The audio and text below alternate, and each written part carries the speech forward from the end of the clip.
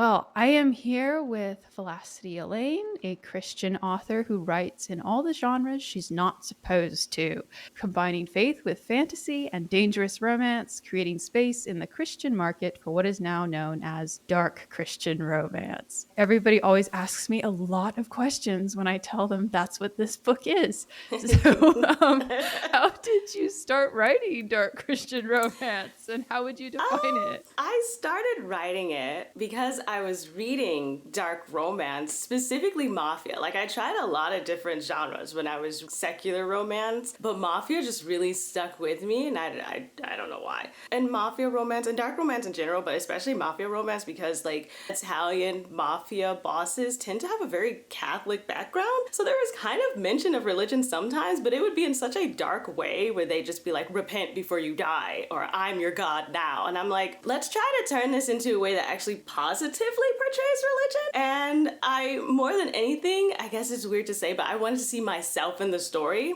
In general, a lot of Mafia romance involves just some innocent girl who gets kidnapped and forced to marry a Mafia boss. Well, how different would that be if it was a Christian woman? And that was really just how it started. I just wanted to read something that I could relate to on a spiritual level, which was cool to me. They're great books. I really like them. Thank you. So like when I read your books, I do pick up, like, it's very genre aware. It's consistent. It reads like it is part of the genre. Yeah. But then you have these characters with these spiritual beliefs, and they stick to the spiritual beliefs and they hold to them. And I was like, this is really good. And one of my friends told me this morning she is reading Beautiful Lies. So I was like, yes. Oh, lovely. That's so great. You've mentioned on your social media that it was your fantasy series Cross Academy that first led to the creation of your blog, The Rebel Christian, and then your publishing house, Rebel Christian Publishing. Why Rebel Christian? Why did you choose that name?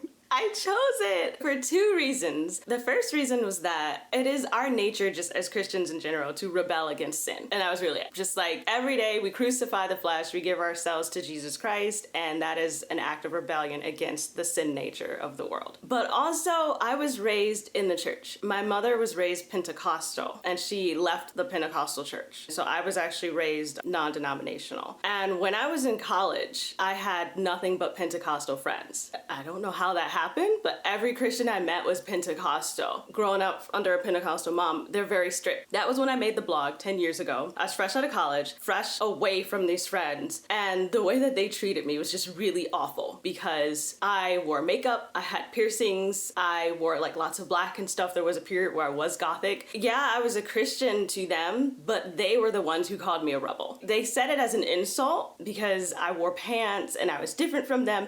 My mom is a pastor, which was a big problem for them. And so they were the ones calling me the Rebel Christian, and I just took it and just wore it as a badge of honor and said, fine, I will make my blog and my publishing company a place where people like me can be without persecution or without feeling we weren't loving Jesus enough as I was criticized for being. So that was kind of the reason that I chose that name. Sometimes I forget that pants are taboo in some Christian circles. I had forgotten until I got to college because my mom left the Pentecostal church when I was very, very young. So she didn't really raise me the way that she was raised, but I was always aware of how she was treated. But experiencing it yourself, where it's like, you've got pants on, you don't love Jesus. I was like, wait, huh? Wait, what? I was so confused. More than anything, I was confused. But it's okay. Now it's kind of become just a thing, and I'm not mad at it. This next question kind of ties into that. In your books, at least the ones I've read, you often have a number of Christian sacred cows that get barbecued. Yes. Come to think of it, the characters do wear pants too. Yes. You talk about like taking mental health medication. Some characters have premarital sex. They date outside the faith. I do. Do you moderate or limit how many taboos you like? You just check them off. I feel like I should when you name them off like that. Like, I didn't realize all of that was going on. Like, sheesh. But no, I don't. I'll be honest. I think it was Brianna from Fractured Diamond who was taking the medication. Mm-hmm. I think it was like for anxiety. Yes. And she had like a wine issue too, where she was like kind of becoming an alcoholic. And when I was writing, that was not part of the plan. That was not in my layout. I didn't sit down and specifically say, I want to write about a Christian who's on medication. A lot of things just kind of happen as I'm writing. And I always say that God gives me my story. I'm just the vessel he uses to write it down. And so clearly he wanted somebody to know that it's okay. Whatever, if you're drinking the wine, if you're on the medication, he still loves you. And so I don't really moderate it because I feel like in real life, there are characters who are like this and they need to see themselves too. I totally agreed when I was reading it. I was so excited. One thing I do love about your books is how your characters make mistakes or even do outright really bad things. I've seen this, in particular in the romance genre, a lot of times authors and readers will struggle with the idea of depicting something versus glorifying it. So what's your rule for distinguishing the two? I think for me, I personally distinguish it when I acknowledge it as bad. Like particularly in Beautiful Lies, I got actually really criticized for the title. There were people who were advocating that I change the title from Beautiful Lies because they were telling me that lies are not beautiful, so having that title is a sin against God. And I was like, no, guys, wait.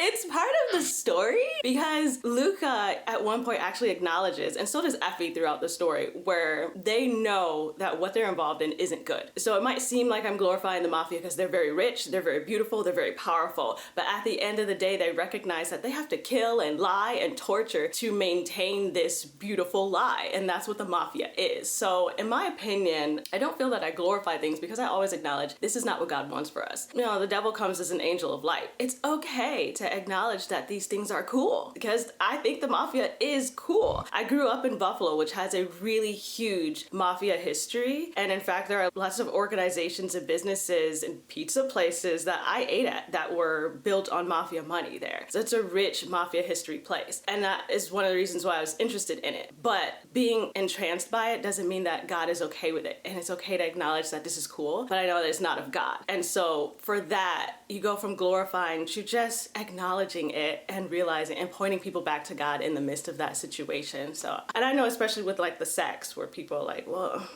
that's what gets people in the Frilly Willies. And I'm like, okay, well, not the violence. Tone it down. It's not. I think there's one scene Luca was flicking fingers around the room that he had cut off of a guy he was torturing. No one's ever mentioned that to me. No one's ever complained about that scene. Instead, they complain because he's hooking up with different women throughout the story. And it's okay, I don't feel that I'm glorifying his lifestyle because I acknowledge that it was wrong. I acknowledge that it is not of God.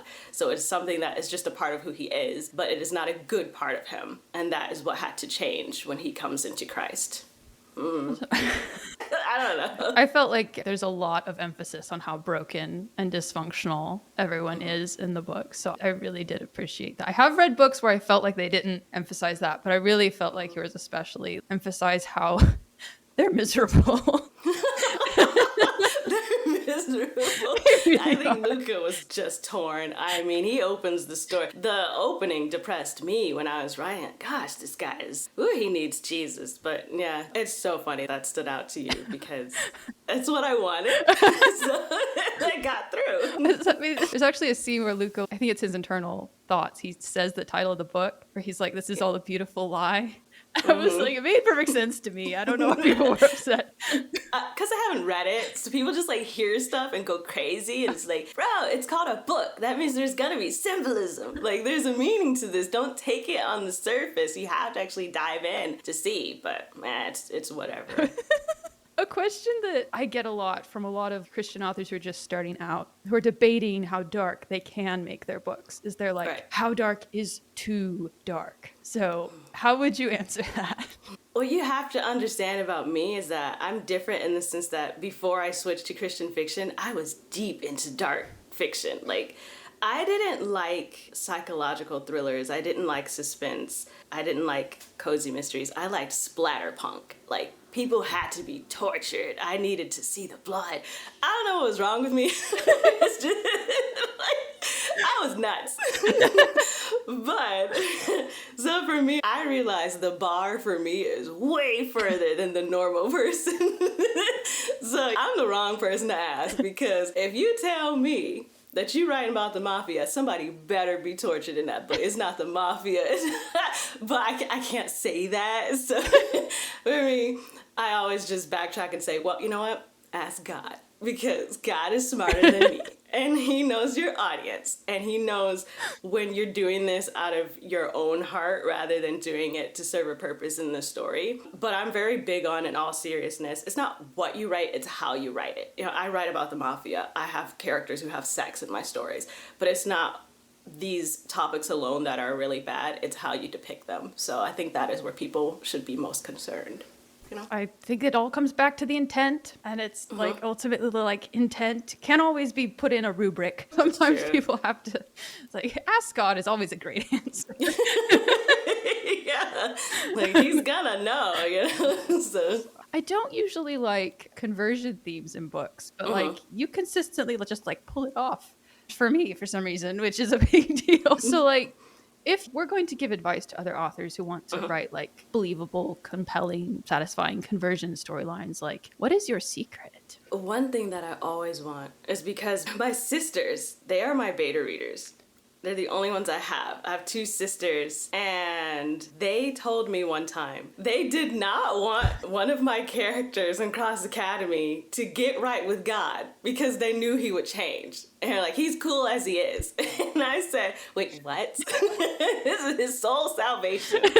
And that really stuck with me because I feel like what feels so corny, I always go back to Luca just because I remember him the most, is that Luca got saved at the end, but for him, it's like Luca is saved, but Luca doesn't have to change. The bad parts of Luca has to change. Luca could not torture people anymore. He had to stop kidnapping people. You know, he had to stop sleeping around, but Luca didn't have to stop being Luca. And I feel like that's what stays true to the story, is that we don't lose who he is because we loved him, but we didn't love those parts of him. So get rid of the bad, but keep Luca as himself. Because a lot of people, like my sisters, were afraid that a character would go from being this, I guess, broody character to now being this, like, Christian boy who carries his Bible everywhere, which I guess is not attractive. but so it's like, you don't have to go from this broody guy to this cheerful guy. I've read, like, Ecclesiastes is quite broody, in my opinion. There's so many different emotions that Christians go through, but you don't have to lose the core of who they are. And so I feel like a genuine conversion story is one that still honors the character in many ways, but acknowledges Christ in their life and makes it like realistic. It just wouldn't have been believable, I think, for Luca to just randomly convert because, I don't know, because Effie said to. Like, that just wasn't, the guy went from cutting fingers off to like now going to church for what? He fought against it for so long. So in the like art of storytelling, just remember that some things just don't happen right away. Sometimes it's okay to let them stew in who they really are as this awful person, and then let them discover God in a way that that person would. Like, you know, Luca would not become a Boy Scout. That's just not who he is. Even as a Christian, he's not a Boy Scout. It's just not. Well, I don't think he is. But, and who am I? I'm just the author. You know? I'm really glad I asked that question. I think that's really good advice. I really like that answer. Thank you. Come to think of it, I think that is what bothered me about past conversion stories, is the character change. Really? Yeah. Okay. They're just unrecognizable. Okay. So what's been the most surprising thing that what have you learned along your author journey in publishing and storytelling? I learned that God is really by my side because I was just alone for so long. Withered Rose was actually the first dark Christian romance that I published. And when I first published it for like a month or two, it had like an average rating of like 0.5 out of 5 stars. Everybody hated it. They either hated it because it ended on a cliffhanger because it's a part of a trilogy. That's the fault of my sisters because they swore to me it was not a cliffhanger ending. And then second reason they hated it because they just felt that it wasn't Christian. They're like, this just does not belong here. There's nothing Christian about this. And I was like, huh? Like homegirls literally quoting scriptures throughout this, like she's on her knees. It's about a Christian woman in a bad situation. But I guess because it's about that bad situation is the mafia, they see it as not a believer's story. And that was really shocking to me. And I remember praying to God about it. And I was just like, people are so mean. This is really mean. He said to me, are you going to stop writing? And I said, well, no, but they're still me. But I understood what he was saying. If it's not going to stop you, then stop paying attention to it. From then on, I really just don't even check reviews anymore. And until everybody started tagging me in your review. Oh. I was like, oh no. Oh, I'm sorry. I'm sorry for the jump scare. Okay. I just couldn't believe it. Like, wait, what? She did what? That was my reaction. But everyone told me ahead of time that it was good. Okay. So I said, okay, then I can look at it, because I felt like when someone does a video about it, like, I gotta go. I can't hide on my corner of Instagram and pretend I didn't see this. But what was surprising at first was that people hated me, because I thought, man, this is cool. This is the Mafia. I bet you never seen this. And they hated it. And then what surprises me now is that people like it, because thank God has brought me to my target audience. And it took a couple years, but we are here. Thank you, Jesus. So that's what success is, what's surprising today. I apologize for this terror. That's okay. I always have a bit of anxiety when I see that tag too pop up in my mentions. Yeah. I only post positive reviews. Oh, I didn't know that. Like, I see you in my feed, and I told my sister, I was like, Elizabeth Wheatley. I said, did you know she's a rock star? Like, that's what you look like to me. I love your background. It just looks so cool. And I don't know. I just did not know what to expect. So if anyone's gonna like put a nail in a coffin, it would have been Elizabeth Wheatley. Oh, like, you just seem so raw and honest and really gritty and down to earth. And I don't know. I was like, what does she have to say? Like, doesn't she write that fantasy stuff? Like, why is she reading Beautiful Lies? I was so confused. I'm a connoisseur of romance. I read. I've seen some of your other videos. I'm like, man, she gets around the genres. Like, it's cool to me. I said, okay, go ahead, Elizabeth. I don't tag authors in my reviews because I don't want to have that jump scare. Yeah, But some people are like, the author needs to see this. So I'm like, okay, well, I can't stop you. Right. It was so many people, even on other platforms, just like telling me, go watch it. I did, but thank you. Your fans love you, by the way. Thank you. They're like a little army of goblins, right? The book goblin. How has your publishing journey impacted your faith and view of God? You kind of alluded to this, but is there anything else on that you'd like to share? Well, I said earlier that God was with me because the negativity I faced really made me doubt myself. And I think maybe I am doing something wrong. Maybe I am exploring a genre that I just shouldn't be in. I remember I was talking to my mom, who is my pastor, and I was like, Mom, this is so bad. And she's like, no, it's not. I love your books. But Mom, you're my mom. You know? That's different. You can't say I love your books as my mom. And she said, well, you know, there have been other situations that I was in where the Lord stopped me and really said, And she said, you'd never had that while you were writing. And it's not because you're ignoring God. It's because you're not wrong. Did you ever think that, you know, sometimes people criticize you because they're just mean? Like, it's not because you're actually like an evil person. I had so much criticism. It was just like people called me a witch a lot, which I didn't like. It was just very, very strange. And I guess it was the strangeness of it that really opened my eyes. Like, you have no reason to call me that. So I said, you know what? Forget it. I know that God is with me, not because I'm successful, but because I'm at peace. And that to me matters more than making money. So yeah. I think I have gotten called a witch by Christians too. Actually, come to think of it. It might just be a generic insult. I'm not even sure why. I'm not even sure why. Maybe it's just like in the roster of horrible things that call women that make me angry. Right. I don't know. When they don't like you, that's just the word that they use. Don't know. It still sucks. I'm sorry. It's okay. So, wow, we went through all the questions really fast.